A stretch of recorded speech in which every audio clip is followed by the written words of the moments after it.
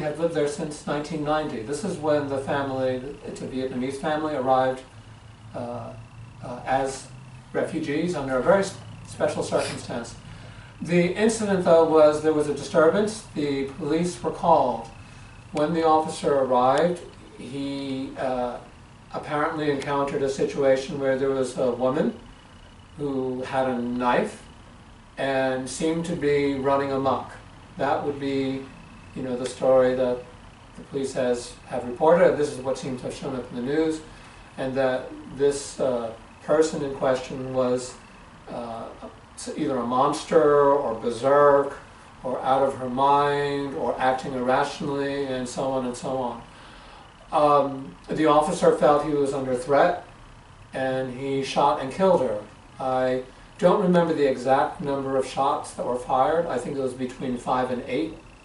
I think the report says something like at least 3 bullets entered her main torso, and then some other bullets missed, and maybe 1 or 2 others hit different parts of her body. And so from the standpoint of most of the public information, this is where the story begins and ends. Of course, if you want to read all the comments about this, you can see a long list of comments and so on. She's described as Vietnamese, she's described as refugee, she's described as immigrant. I think the police spokesman said something, and this is in reference to the officer and in general police training, that the officers and the police department in general give out training for special populations, although the spokesperson did not say specifically whether this particular officer had received such training. And there are lots and lots of questions which remain open, and I don't think today is so much an issue of going over the particular details of the shooting, where the officer was, how far away the woman might have been when she advanced on the officer. Those are details that remain kind of obscure. One of the reasons why they remain obscure is because the officer was wearing a body camera. And we know about body cameras now because of Ferguson.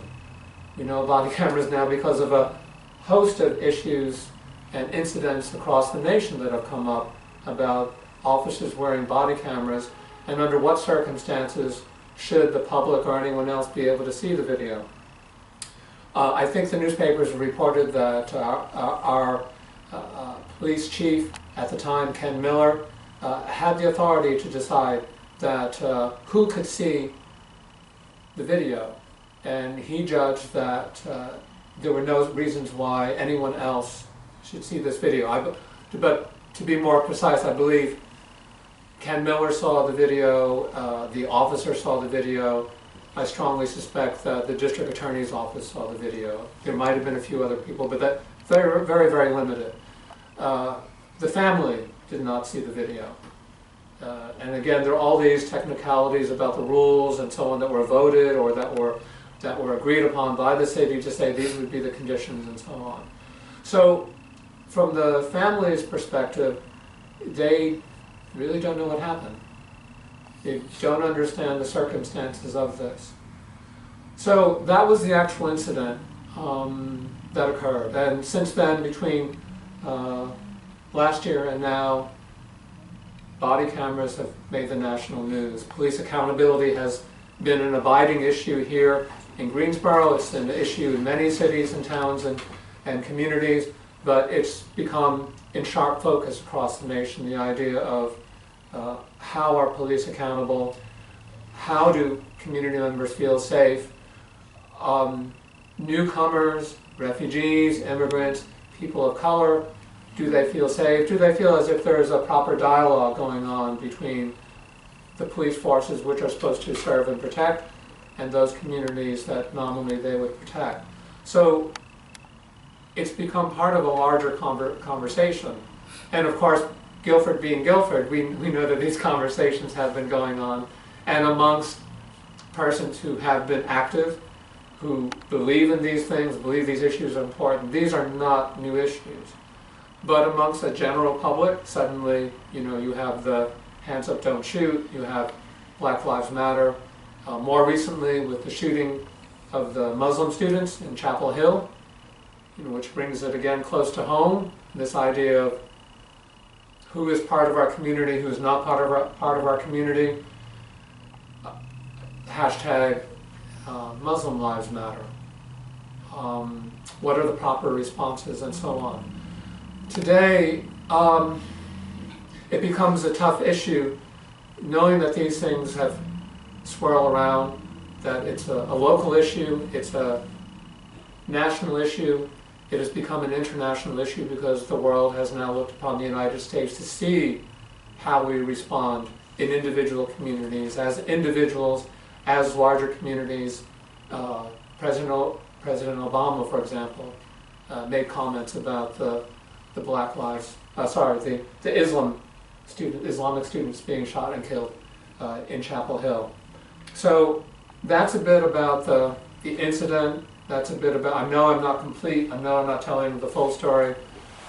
To explain a little bit more of the layers of this story, I have not been in direct communication with the surviving family.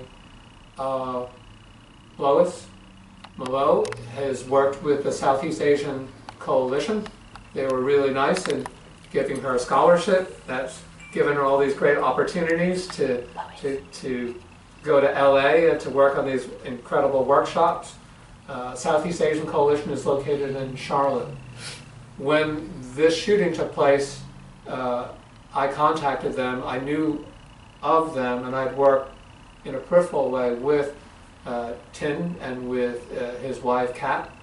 And I suppose the irony was, as difficult as we in Guilford County and in Greensboro seem to have had difficulty contacting, communicating with this Vietnamese family, Tin and Kat, coming from Charlotte, were able to sit down and talk to the family and to get the family's viewpoint and to get the family's idea of what happened.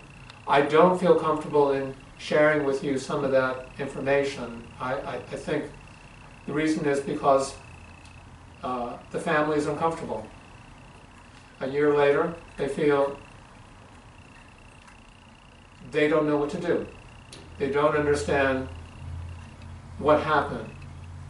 They're not certain about, if you will, their rights. They don't want to make a fuss. They don't want to feel that Native Americans would, they don't want to upset Native Americans. They don't want them to think that we would see them as ungrateful to the welcome to come to this country and their new home. These are some of the things I think I feel okay to say about because they have been conveyed in such a way which I think that's okay. But there's many other layers to the story that is far more difficult to talk about. So I don't mean to speak in an elliptical way. I don't mean to act as if I was trying to withhold information. My knowledge and information is indirect.